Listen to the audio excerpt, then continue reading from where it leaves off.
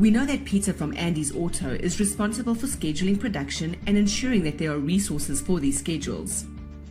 But it only stands to reason that these schedules need to be transferred into a production plan so that the master production schedule, the MPS, can be built. Once the MPS is built, we use MRP, Materials Requirement Planning, to schedule purchase orders and work in progress jobs.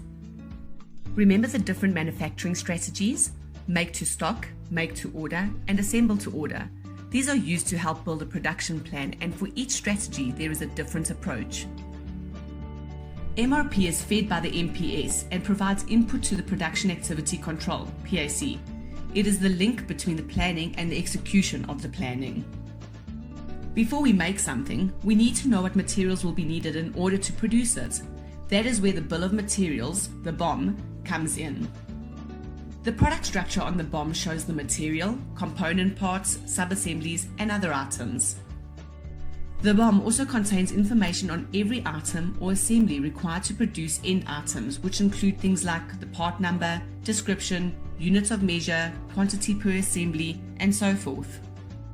Single-level BOM comprises of parent component and child component.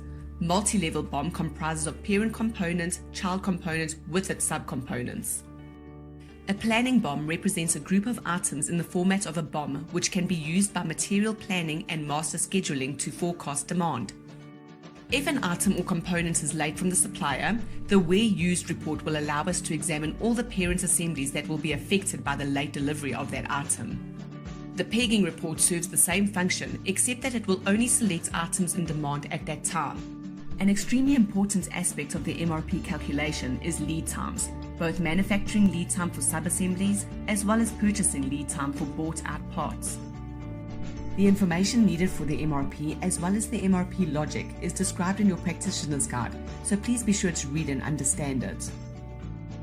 Materials requirement planning is a function of your ERP system and is essentially a giant calculation used to identify the requirements for both production and purchasing based on the levels and quantities recorded on the BOM. Any information that we keep in our systems must be 100% accurate in order for MRP to work effectively. This means accurate inventory levels, accurate lead time records, accurate quantities on each level of the BOM, and all consumables and components recorded correctly. If this is not correct, MRP will make suggestions which could result in too much or too little inventory, a place where we definitely do not want to be.